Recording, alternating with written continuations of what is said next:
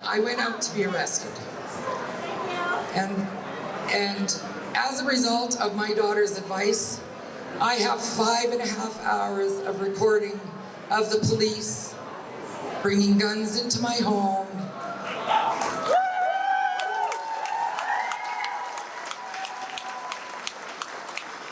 laughing that, oh, looks like being a good Samaritan's gonna get her a gun charge. Syd Fizzard for Rebel News, and today we're bringing you an update to the story of the Coutts Alberta blockade that alleges RCMP impropriety with regards to seized weapons, weapons charges, and conspiracy charges laid against people in the Alberta border town of Coutts last February. At a recent event to commemorate the 1 year of the anti-COVID mandate blockade, Coutts local Joanne Person took to the microphone to share her story. Joanne was arrested in the early hours of February 14th, 2022, after the execution of search warrants by RCMP. So a search warrant was conducted last night it was approximately midnight, 12:30, where 3 trailers associated to a group that had arrived separate to the original protesters, but ended up being a part of this whole situation. And this group, we conducted a search warrant into 3 trailers associated to them, resulting in the seizure of weapons, firearms, ammunition. Joanne was charged with possession of a weapon for dangerous purpose and mischief over $5,000. On January 16th this year, her weapon and mischief charges were dropped at request of the prosecutor. And on January 28th this year, she announced she may have evidence suggesting the RCMP planted weapons in her home.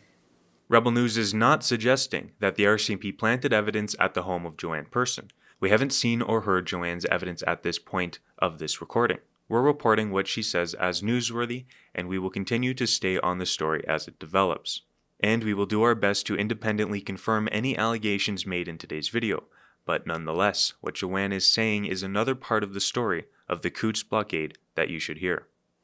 With that, you have the basics of this story, and soon we will have a more in-depth report analyzing the situation in full. But for the time being, here is Joanne now telling her story as a Coutts local of the blockade which lifted COVID restrictions in Alberta and catalyzed the former Premier's resignation from politics. Happy anniversary! I'm so proud of every one of you for speaking your truth and standing up for freedom. Our God-given rights. Let's never forget that. And there's no authority greater. On January 27th last year, I found out from 2 older residents who lived in my little border town that there was a convoy of trucks coming to Coutts. My first question to them was, should we make lunches? And we did. We built 84 of them, and people just kept dropping off hundreds more to my vehicle. And I was out there all day loving every one of you. I baked 27 dozen cookies, and the 3 of us made 84 lunches to give to the truckers, and the cafe made hundreds more. I loaded up my car with a sign saying, "We love you truckers, free food and water here." So did many people. It was amazing. It was one of the best days of my life. I spent a lot of time crying that day, tears of joy, for the hope that filled my heart, because I think for all of us, we were losing hope. I realized I wasn't alone, and the desperation I had been feeling was shared with thousands of people who felt the same way. I've been teaching for nearly 30 years, and I saw students whose lives were being destroyed and plagued with uncertainty and despair. Teenagers and even some younger were committing suicide. A member of my ex-husband's family was one of those children. I was heartbroken. I felt helplessly bound, like we all did, by the restrictions that were put on us. All of us, but my heart ached for the young men and women who saw no other way out, and it's still an epidemic today. Nobody knew that our tiny village would double or more in population when the truckers came, including many of the men, women, and children that traveled in the convoy. But most of the people who live in Coutts were overjoyed with their presence. Our mayor, not so much, but the rest of the town, yes. The weather turned bitter not long after the arrival of such wonderful people. Some people were stranded in their trucks due to the weather and the distance that they were parked from the saloon, where the truckers and protesters gathered for meals and prayer and discussions about the madness and the mandates. I've always taken care of those who are in need, and the convoy was no exception for me. There was a need to bring hot food and drink out to people who could not get to the saloon for whatever reason, to get their necessities. I started driving through the parked vehicles, honking my horn and offering hot food and drinks. I loved my self-appointed job and came to love many of the people there that I met. Some called me the coffee lady. By the end of the weekend, I had a father ask me if his son and his friends could move their trailer onto my lot and get them off the highway. I have a big yard full of gravel, so I said yes. A trailer with 5 young men became my immediate neighbors. A day or so later, Chris Carbert asked me if he could move his trailer onto my yard. Again, I said yes. I saw my yard as a safe place off the highway for people to have their trailers, and why not? I had the room. From that moment on, I left my door unlocked so they could come and go for use of the bathroom or a hot cup of tea that was always available. By day 4, I met a family who had a little girl who was down with a bad cold. I talked to her mom and said that I would be more than happy to take care of her and help her get better. I became friends with her mom and her family, and we remain friends to this day. Right, Corey? Of course, the shower was available to all who stayed at my property, but it wasn't long until Corey asked me if she could give my number to a few people because the saloon was getting, in her words, a little bit ripe. Of course, I said yes, and from then on, I added the task of making sure towels got washed twice a day. And I also became a laundry service with the exclusion of folding. That was my deal. I'll wash them, I'll dry them, but you fold them. For many people that came thinking it was a weekend thing, never packed a second pair of underwear. So I loved my job. I loved it every minute. We had community building. Of course, the shower was available to all who stayed on my property, and many, many others. I met Walter, wherever he is. I see him standing over there. One morning as he pulled up and loaded me up with donuts and muffins and coffee to take around to folks down the line. Thank you, Walter. I still thank you, and I'm sure they do too. It was exhilarating to be a part of history in the making and to stand up against the oppression we were all under. The police presence in town was growing daily, and there was constant tension as police tried repeatedly to incite reaction from the peaceful protesters that were standing up for the rights of all of us. I'm so proud of the true Canadian spirit that grew out of love for each other. No one bought into the games being played by the RCMP. Everyone kept the peace and stood strong against the tyranny that we had been living through. Twice I stood on the road and stopped a convoy of police cars that were speeding through town, ignoring stop signs. I feared they would end up running over the little ones who were playing in the streets or walking around our community. I brought this up at our town council meeting because the police were not obeying their own rules. It seems to me that to uphold the law, you must abide by the same laws of your authority, or your authority becomes moot.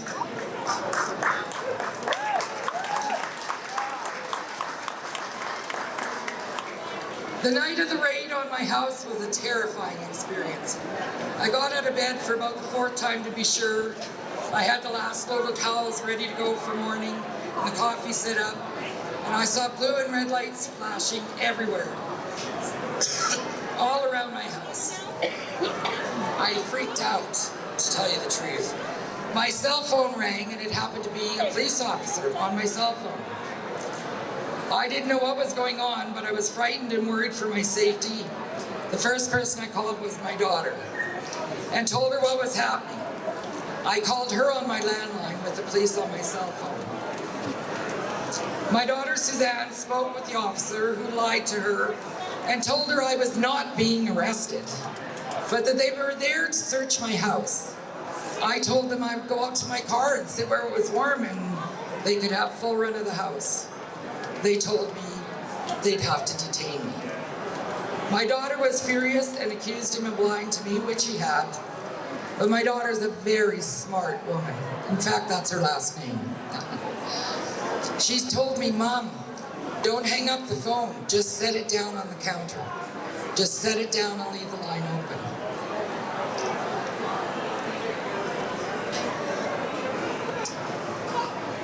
And I went out to be arrested. And as a result of my daughter's advice, I have 5.5 hours of recording of the police bringing guns into my home,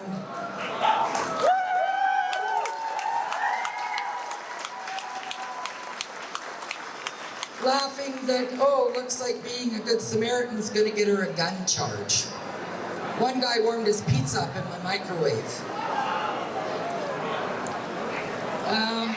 I was brutally manhandled that night. I have a torn ligament in my shoulder, bruised arm, damaged wrist, broken teeth, and a hernia rupture.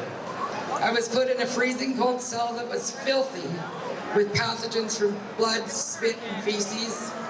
I was denied my medication for my heart and blood pressure. I was threatened that I better not buzz for help again or I would be in trouble. EMS was eventually called to take my blood pressure, but nobody told me the results. My heart was racing and I was in a cold sweat. I actually feared for my life and prayed.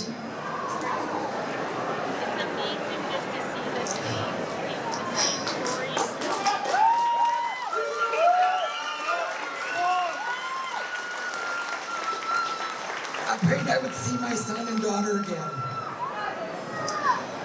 My car was damaged that night. On the audio recording, my alarm went off and there's a big dent in the passenger side of my car. My guess is they threw somebody else against it. My home was damaged and ransacked. It was disgusting behavior by the very people who were sworn to protect us. I was told they could vaccinate me when I reached jail because I hadn't been vaccinated. I just politely said no thank you. And while in the glass cubicle I was in, they made me wear a mask even though there was no way of contact with others. I was strip searched in an effort to humiliate me right before my release. And all I could think of was, wouldn't their mothers be proud? And began a long journey of defending myself with the incredible help of Stand for Thee founders Jane Scarf and Rebecca Shepherd.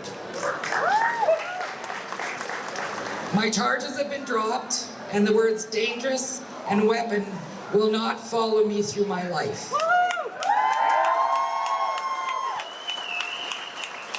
So thank you, Jane and Rebecca. I think it's time to release the recordings to the lawyers who are defending these men. And let the law stand and not bow to the legal system. This is in the works now.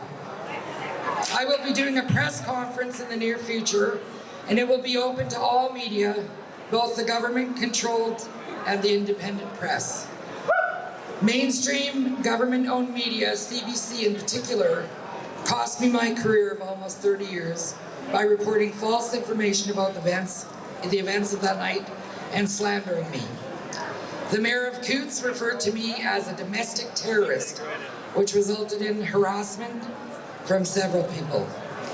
RCMP drove back and forth past my home the night I was released from jail with a spotlight. It was like being in a gulag. Every 10 minutes, my friend, Shell, filmed them. This is not something that should happen in our country.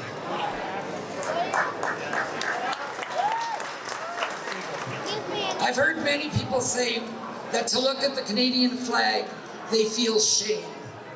Well, folks, I feel proud. We all should feel proud. The truckers and the convoy of 2022 made me prouder than ever to call this country home. You people and what you did and what we are all still doing has sparked a fire around the world. Every person knows the Canadian flag. You lit a fire, and today we stand together to continue fighting for all of our tomorrows. All of these little people that are our tomorrows. They'll carry the love of this country and their fellow men and women forward in a world of freedom that we all desire. Delightfully loved ones, if he loved us with such tremendous love, then loving one another should be our way of life. John 4:11. Thank you all for walking in the light of truth. This country and all the men and women in it are worth the effort. God bless you all, and hold the line as we move forward in love for one another. Thank you.